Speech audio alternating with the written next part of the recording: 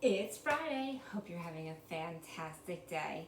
My flamingo hat on today. Another beach hat day. I'm just loving them. Makes us feel like we're in the tropical weather. All right, it's time for the next chapter of the Lucky Lottery. Chapter 6. The kids thanked Officer Fallon and left. "Let's go to my house and talk," Dink said as they stepped outside into the falling snow. "Talk schmuck," Josh sputtered. "I've got to eat lunch. That half a cookie made me hungry." Dink laughed. "Okay, we'll eat while we figure out what to do next." By the time they reached Dink's front door, they looked like 3 kid-sized snowmen. They left their jackets, boots, hats, and mittens in the hall and headed for the kitchen. Pal trotted in and immediately flopped down next to the radiator. The radiator is where the heat comes out. Dink found a note from his mom on the table. "Dink, I had to take the car in for snow tires, heat up soup in the microwave, and make peanut butter sandwiches. I'll be home soon. Love, Mom." "I'll make the sandwiches," Josh said, pawing through the cupboard.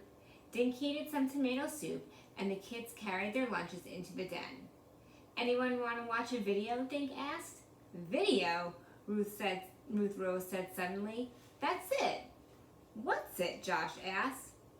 "There was a video camera at the lottery counter," Ruth Rose said. "If Joe's bowling team is on the back of his shirt, maybe it'll show up on the tape." "Good idea," Dink said. "I'd better tell Officer Fallon." He picked up the phone and called the police station. After Dink told Officer Fallon about the video camera, he dialed information and asked for the phone number of the supermarket. Dink dialed again and asked to be transferred to .com at the lottery counter. Dink asked Dot if the camera was turned on the day Hector bought the 7 tickets. He listened, said thank you, and then hung up. "She's going to ask her boss to check the tape," Dink said.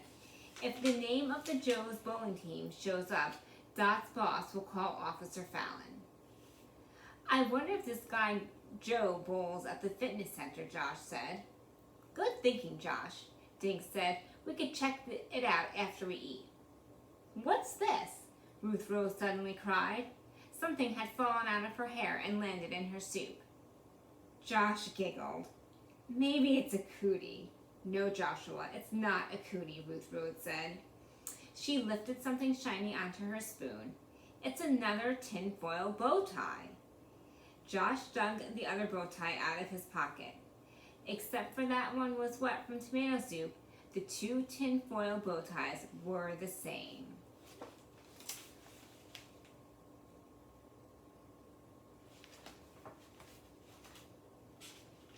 Ruth Rose looked at Dink and Josh. "How did that thing get in my hair?" she asked. The kids stared at each other. "Blue boy," they shouted at the same time. "He must have had it in his beak when he landed on your head," Dink said. He buried it in your hair." "Yeah, but where did he get it?" Josh asked. "The bow tie had to be in the atrium," Dink said. "Those parakeets never go outside." "Then the crook must have been in the atrium too," Ruth Rose said. "Maybe it is Zelda Zoot." "Oh, I don't think it's her." "It could still be Joe," Josh said. "He might have gone to the atrium to ask someone where Hector's grandkids live." Just then, Dink's mother burst into the house. "The roads are awful, and it is still snowing," she said. She slipped off her coat, scarf, and boots. "This will be a good night to curl up with a big bowl of popcorn."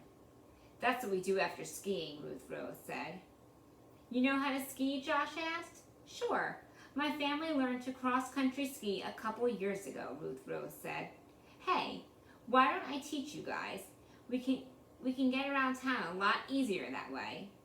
"That's a nice idea," Dink's mother said. "Just keep out of the streets. The snow plows are out in full force." The kids cleaned up their lunch things, got into their jackets, and walked next door to Ruth Rose's house. She took 3 sets of cross-country skis and poles from the garage. Then she showed Dink and Josh how to strap them onto their boots.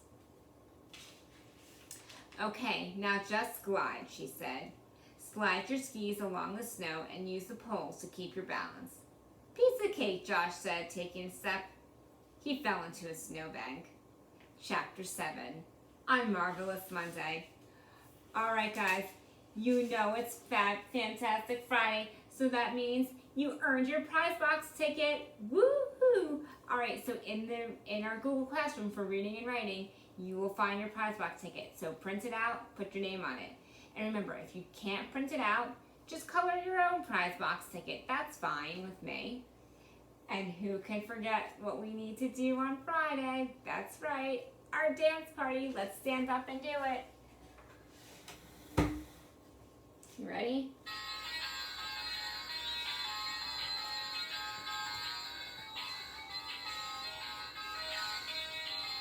Come on, dance.